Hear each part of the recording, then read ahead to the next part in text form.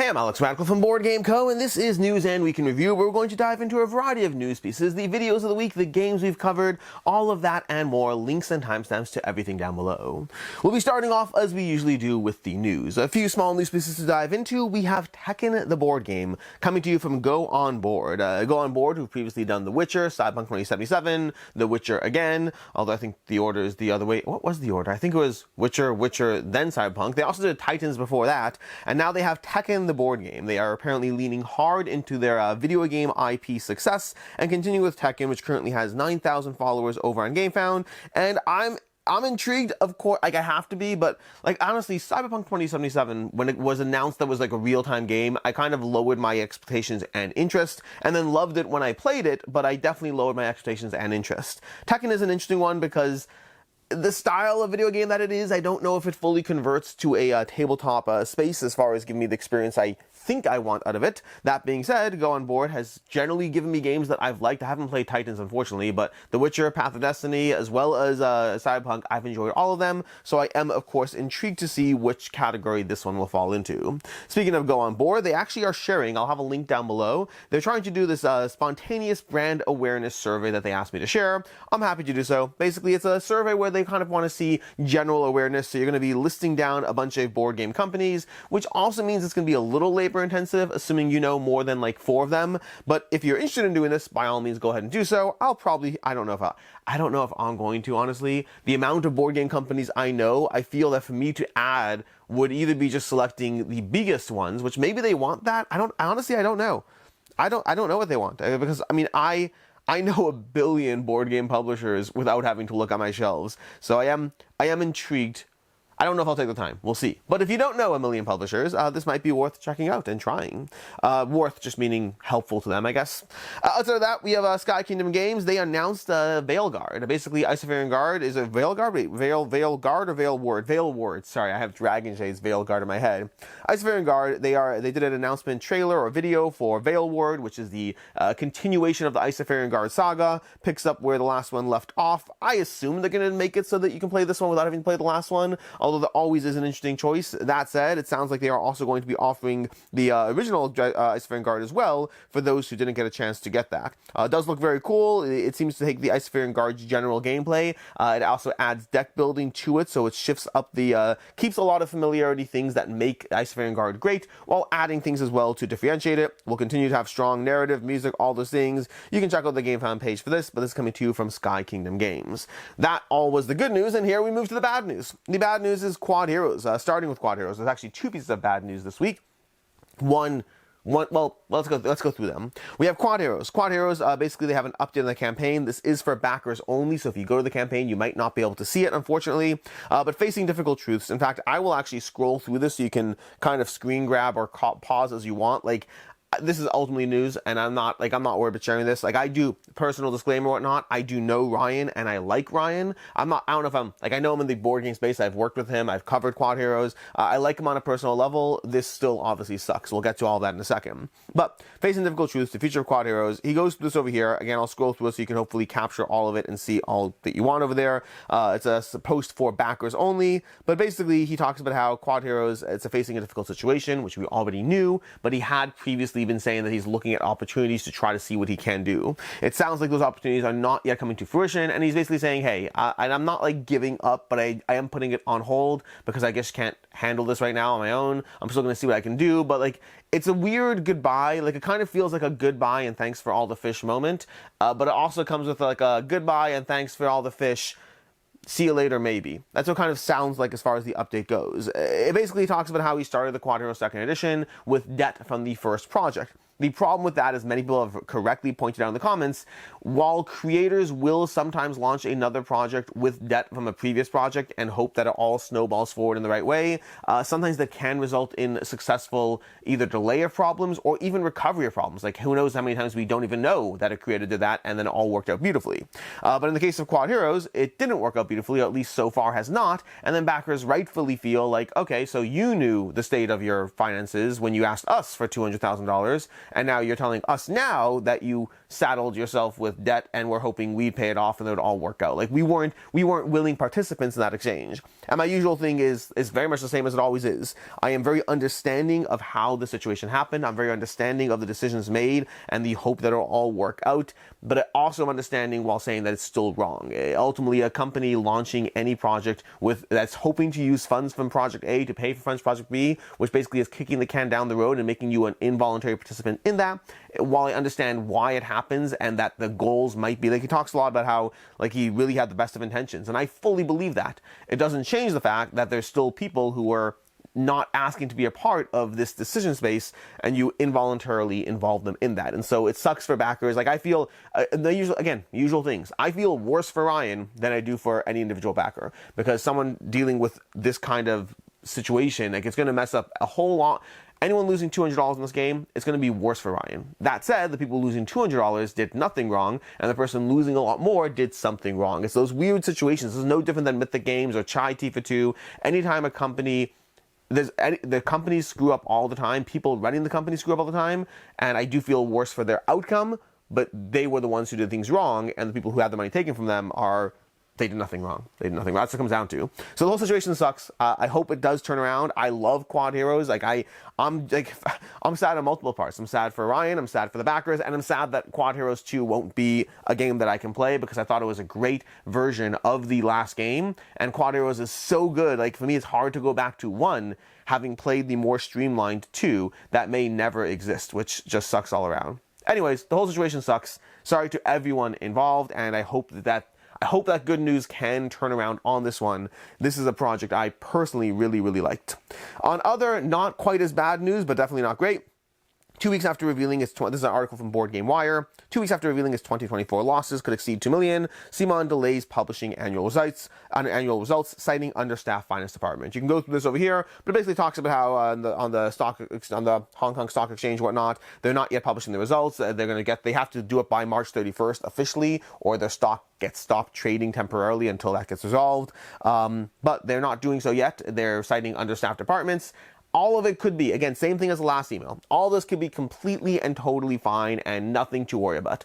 At the same time, it is something that I want you to be aware of, because awareness is the biggest thing, meaning this does not bode well coming from the last one. Could it be a million times fine? Absolutely. But when you do have a company saying, hey, we have losses, also we're not publishing the next results because it could look bad, they don't say that. They did not say that. We're not publishing the next results because to do so right now, they could be misconstrued in the wrong way. That's like the article kind of gets into. It's a little vagueness that kind of sounds like, it doesn't sound great, is what I'd say. I'd say the same warning I gave last time I talked about this. If you are someone who wants to back every CMON project, I assume you're still fine.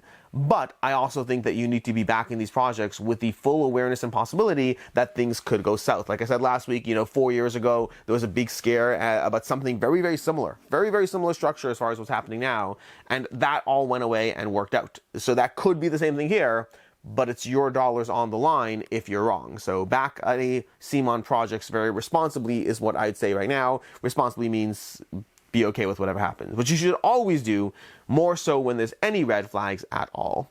And that is what we have for our news and week in review, which means we're going to go to our topic of the week. We are doing a sort of topic. I'm doing a responses to comments on one of my videos from this past week. Because earlier this week, on Sunday, I did a video of strong opinions don't change minds. And I thought it was a generally well-received video, aside from the fact that I put the wrong thumbnail there. Like, I put the entirely wrong thumbnail on the video, and I only realized at the end of the day when someone's like, good video, but don't know why the thumbnail is wrong. And to be fair, they said it earlier in the day. I just had a busy Sunday and I wasn't looking at comments until later in the day, and I was like, oh, that's not good. So the thumbnail is wrong, so you may have missed the video. It looked like I was talking about Level Up again, which it was. I don't know how it happened, but it happened. Anyways, the video is strong opinions don't change minds. This is one of my coffee chats, which I just have a conversational whatever with you guys. And the general premise of the video was, and it was filmed like 8 months ago, 7 months ago, something like that. I don't know exactly how long ago, but long enough that it's not about anything currently going on. So there's no current political situation happening that this is the trigger. I think it's just generally the world is what it is, and 7 months ago I filmed it, and it's went up this past Sunday. But the premise of the video talks about how trying to seek to understand others, trying to actually have conversations, trying to both understand their side, also conveying your side, as opposed to just yelling everyone down. That's the general premise of the video. Like, just going after people and telling them they're wrong, I find doesn't really tend to do a lot for you. And there was a lot of conversation. I don't know if I'll reply to every comment. There's like 52 comments here, but I did want to kind of loosely go through them right now and just go through a bunch of them. So first of all, we have to mention the graphic for YouTube shows me the most checkout games level retreat. I fixed that. I will not read every comment. Let's go through this. Darren Herrick says, interestingly enough, strong opinions are exactly why I've changed my mind on many topics. It's called being charitable. Someone is being angry, and I want to understand why the neck they are so angry.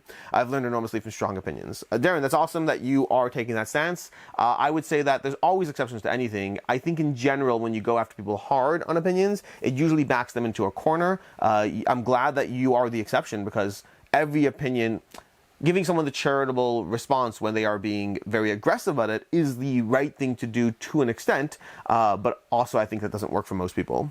Jim, this is a good thoughtful message that most of them need to stop and absorb from time to time. Division sells things, all kinds of things, but in general people have more in common than they have differences. Yeah, it's a big deal for me. Like, a big thing for me is we often are so quick to dismiss everyone to the smallest little discrepancies that we have. And it's so fascinating. Like, a person, like, I've had people who, like, this is a random tangent to my own things, and it's not about anything important, but I remember I had, like, this one person who was watching all my videos, they found my channel, they were starting to respond to everything, and then 4 days later, they were like, oh my gosh, you like this game? I'm never watching your videos again. And, like, they clearly had found my channel, liked my videos, because they were engaging in tons of videos. Like, it's one of those things where I see on my end, oh, this one person is suddenly putting comment after comment after comment everywhere. And they're all great until he gets to this one video that he doesn't agree with me, and immediately I am no longer valid as a creator for him to watch in any way. Like, that kind of divide over the tiny little things, it just makes no sense. When you have someone who you generally seem to value them as a person, and then you immediately forget all of that because there's this one area in which you are different, I think that is short-sighted.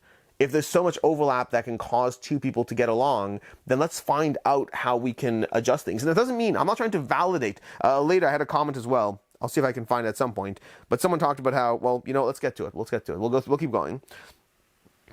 Gary says, I agree with not engaging. You can't change stupid. This is a good part where I mentioned at one point, there are times you just shouldn't engage. Like, there are times to engage and there are times not to engage. Generally, I think strong opinions are rarely, Darren's aside of the world, I think it's rarely going to help you, versus actual conversation can, but not engaging can as well. Let's see. I'm just going to scroll through. Merrick says, seek first to understand. Exactly correct. A big part of what I touched upon in the video is the 7 habits of highly effective people, which talks about seeking to understand others. Adam Gardner, very true, Alex. Good video. I changed mine and stuff before when finding out new information. When one becomes less ignorant on a subject, they might change their view. Yeah, a big thing for me as well is, like, I talked about in the video, but I've changed my mind on things. I also had like a badge of honor, but I'm saying, like, I've had strong opinions that over the years I've changed my minds in one way or another. And when you remember how your own opinion has shifted, it can also give a bit of grace towards others who haven't shifted, whatever that might be. It could be any. I don't want to give examples here, but if you have had a strong opinion on a subject and then you've moved from this camp over to this camp, and there are other people still in this camp, like, give grace to that. You were once that person. And, like, sometimes we're so quick to forget that. We're like, oh, I started here, I am here. When I was here, I didn't listen to anyone over here. And now that I'm here, I'm annoyed at these people for not listening. Like, that is bizarre. You were once here. And that happens, I think, to all of us in one area or another. We are all iterating and learning and adjusting. We all know more than we did the year before. And so give that grace to others. If you've ever had a strong shift where you were firmly in one camp and moved to another, remember that when talking to others.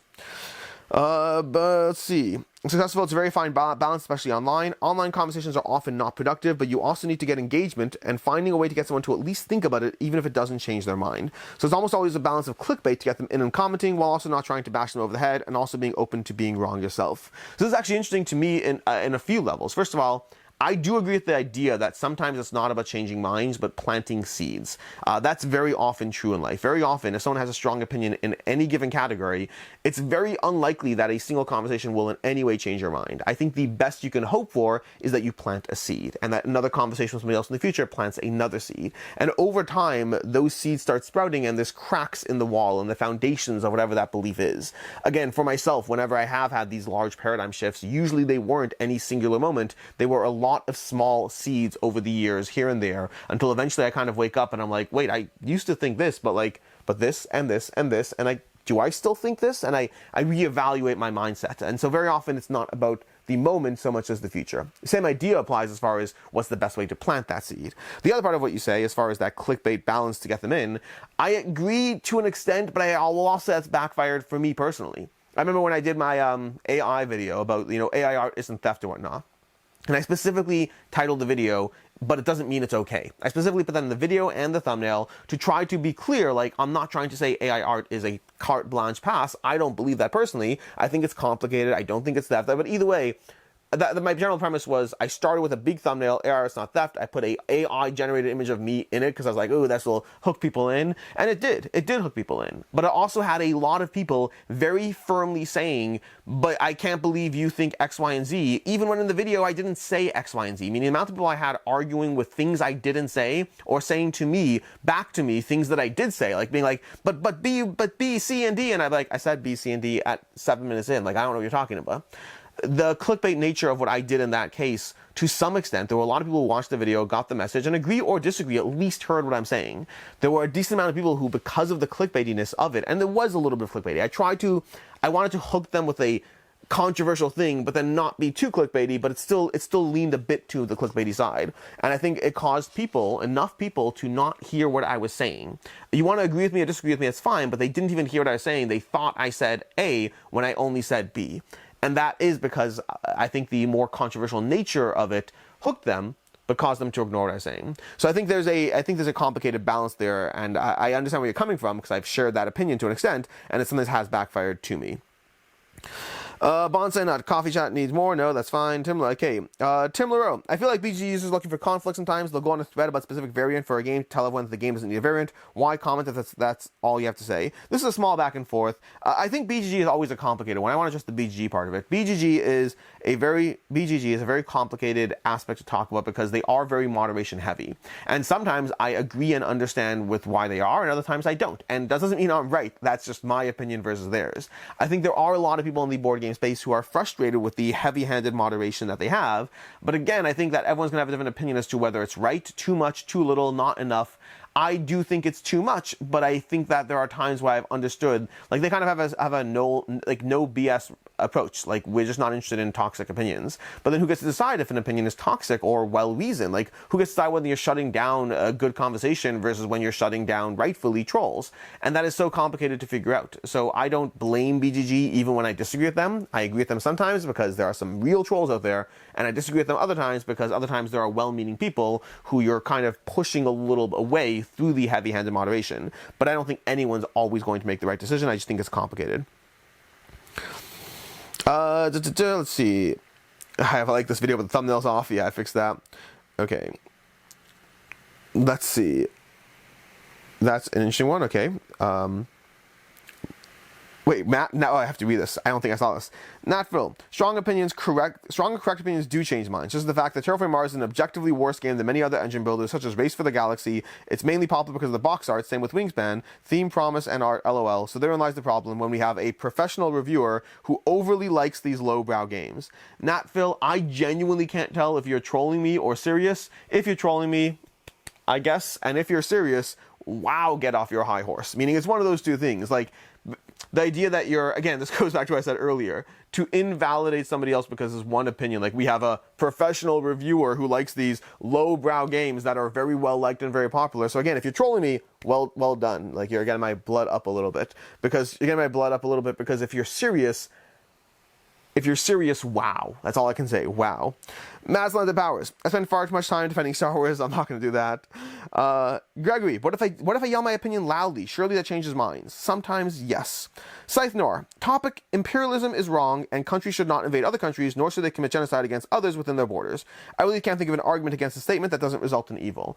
I mean, if you're looking for me to argue against that statement, I'm not going to. I think it's a pretty easy statement. I think where you run into problems, well, imperialism is wrong. Like, again, I have a hard time defending that. I agree with you. I think that I have a hard time arguing with you. Where you get into issues is when people argue about, well, was that imperialism? Like right now, in this country, I think most people would agree that fascism is wrong. But we have a big category of the country that thinks that currently the government is taking a very fascist approach to things, and then we have a bunch of others who think that the left was fascist and that Trump's saving everyone. So it's not that people agree or disagree that fascism is wrong, it's that people are disagreeing as to where they accuse that fascism. So I agree with your statements. It's an easy one to agree with, but I don't think that's going to result in agreement easily.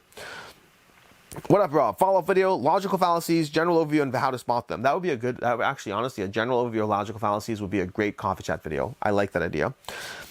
Okay. Edit. Since I can't reply, it's sad that people censor the most basic thoughts on a video about discussing thoughts of all places. What are you talking about? Since I can't reply, why can't you reply? I don't know why you can't reply. That's not for me. I'm not entirely sure what's happening here. The original comment here was, he was saying, at one point in the video I talked about if a lot of people believe things, you should be willing to talk to those people to find out why. And he said that, oh, are you saying that are a lot of people...